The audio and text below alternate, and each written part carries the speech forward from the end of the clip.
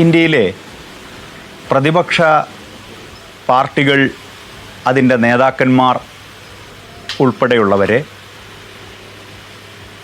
Enforcement ഡയറക്ടറേറ്റും CBIയും അടക്കമുള്ള അന്വേഷണ ഏജൻസികൾ വേട്ടയാടിയ ഒരു കാലഘട്ടത്തിലൂടെയാണ് നാം കടന്നു പോകുന്നത്. 2014 മുതൽ ഇന്ന് 2026 വരെയുള്ള ഒരു വ്യാഴവട്ടക്കാലം കേന്ദ്ര അന്വേഷണ ഏജൻസികൾ ഇന്ത്യൻ ജനാധിപത്യത്തെ പിച്ച് ചീന്താനുള്ള ഒരു രാഷ്ട്രീയ ആയുധമായിട്ട് ശ്രീ നരേന്ദ്രമോദി മാറ്റുകയായിരുന്നു.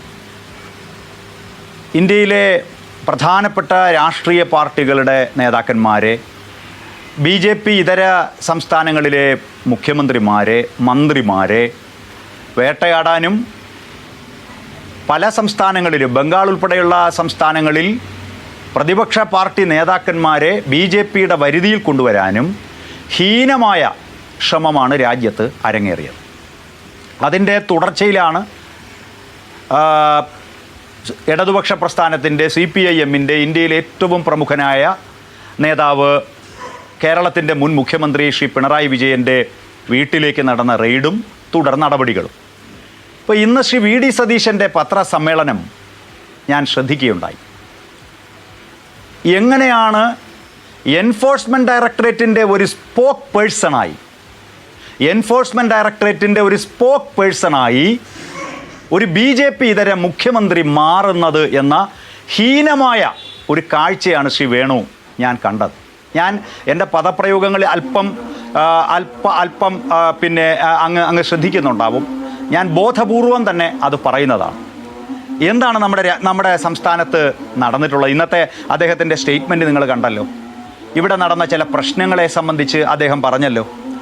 അങ്ങയെ ഞാനൊരു ഓർമ്മയിലേക്ക് കൊണ്ടുപോവുകയാണ്. 2022 ജൂലൈ 21 ശ്രീമതി സോണിയാഗാന്ധിയെ ഡൽഹി എൻഫോഴ്സ്മെൻറ്റ് ഡയറക്ടറേറ്റിൽ 3 മണിക്കൂർ ചോദ്യം ചെയ്ത ആ ദിവസം EDയുടെ ഓഫീസ് വരെ വൻ സുരക്ഷയായിരുന്നു. കേന്ദ്ര സർക്കാർ ED ഉപയോഗിച്ചുകൊണ്ട് സോണിയാഗാന്ധിയെ വേട്ടയാടുന്നു എന്നാരോപിച്ച് രാജ്യം മുഴുവൻ കോൺഗ്രസ് പ്രതിഷേധമുയർത്തുന്നു.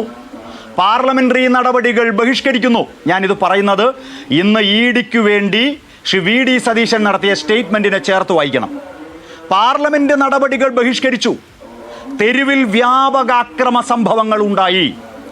ബാംഗ്ലൂരു ശാന്തി നഗറിലെ ED ഓഫീസിന് മുന്നിൽ യൂത്ത് കോൺഗ്രസ് പ്രവർത്തകർ ചേർന്ന് കാറ് കത്തിച്ചു. തെലങ്കാനയിൽ സ്കൂട്ടർ കത്തിക്കുന്ന സംഭവം ഉണ്ടായി. ഡൽഹിയിലും കേരളത്തിലും ട്രെയിനുകൾ തടയുന്ന സംഭവം ഉണ്ടായി.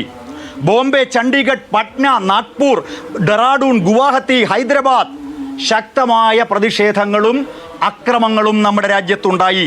ഇനി രണ്ടാമത്തെ ഒരു തീയതി 2022 ജൂൺ 13 രാഹുൽ ഗാന്ധിയെ ED ചോദ്യം ചെയ്ത ദിവസം സമാനമായ സംഭവങ്ങൾ രാജ്യത്ത് അരങ്ങേറി. ഡൽഹിയിൽ മെട്രോപൊളിറ്റൻ അന്താരാഷ്ട്ര നഗരമായ ഡൽഹിയിൽ 5 മണിക്കൂർ ഗതാഗതം സ്തംഭിക്കുന്ന അവസ്ഥയുണ്ടായി. EDയുടെ ആസ്ഥാനത്തേക്ക് വൻ ജനക്കൂട്ടത്തിൻ്റെ പ്രകടനവും നടക്കുകയുണ്ടായി. ഹീനമായ രാഷ്ട്രീയ മറവിയിൽ അധപ്പതിച്ച ശ്രീ VD സതീശനെ ഈ തീയതികൾ ഞാൻ ഓർമ്മിപ്പിക്കുകയാണ്. ഇനി മറ്റൊരു പ്രധാന കാര്യം കൂടി പറയാം. 2022 ജൂലൈ 22 വന്ന പത്രവാർത്ത, ശ്രീ VD സതീശൻ്റെ പത്രവാർത്ത പറ്റുമെങ്കിൽ ഇതൊന്ന് നിങ്ങളൊന്ന് കൃത്യമായി കാണിക്കണം. ഇന്ന് എൻഫോഴ്സ്മെൻറ്റ് ഡയറക്ടറേറ്റിനെ മുൻനിർത്തി ഇടതുപക്ഷത്തെയും സഖാവ് പിണറായി വിജയനെയും പരിഹസിച്ച ശ്രീ VD സതീശൻ, എൻഫോഴ്സ്മെൻറ്റ് ഡയറക്ടറേറ്റിൻ്റെ അന്വേഷണത്തെ ജസ്റ്റിഫൈ ചെയ്ത ശ്രീ VD സതീശൻ എന്താ സ്റ്റേറ്റ്മെൻ്റ് എന്നറിയാമോ? ഇതൊന്ന് സൂം ചെയ്യണം നമ്മുടെ ക്യാമറ. എൻഫോഴ്സ്മെൻറ്റ് ഡയറക്ടറേറ്റ് മോഡി ഭരണത്തിൻ്റെ ഉപകരണമായി മാറി, EDയെ വിശ്വസിക്കാനാവില്ല എന്ന് ശ്രീ VD സതീശൻ നിയമസഭയിൽ പറയുകയാണ്. രാഷ്ട്രീയ എതിരാളികളെ ഇല്ലാതാക്കാൻ EDയെ ഉപയോഗിക്കുകയാണ്.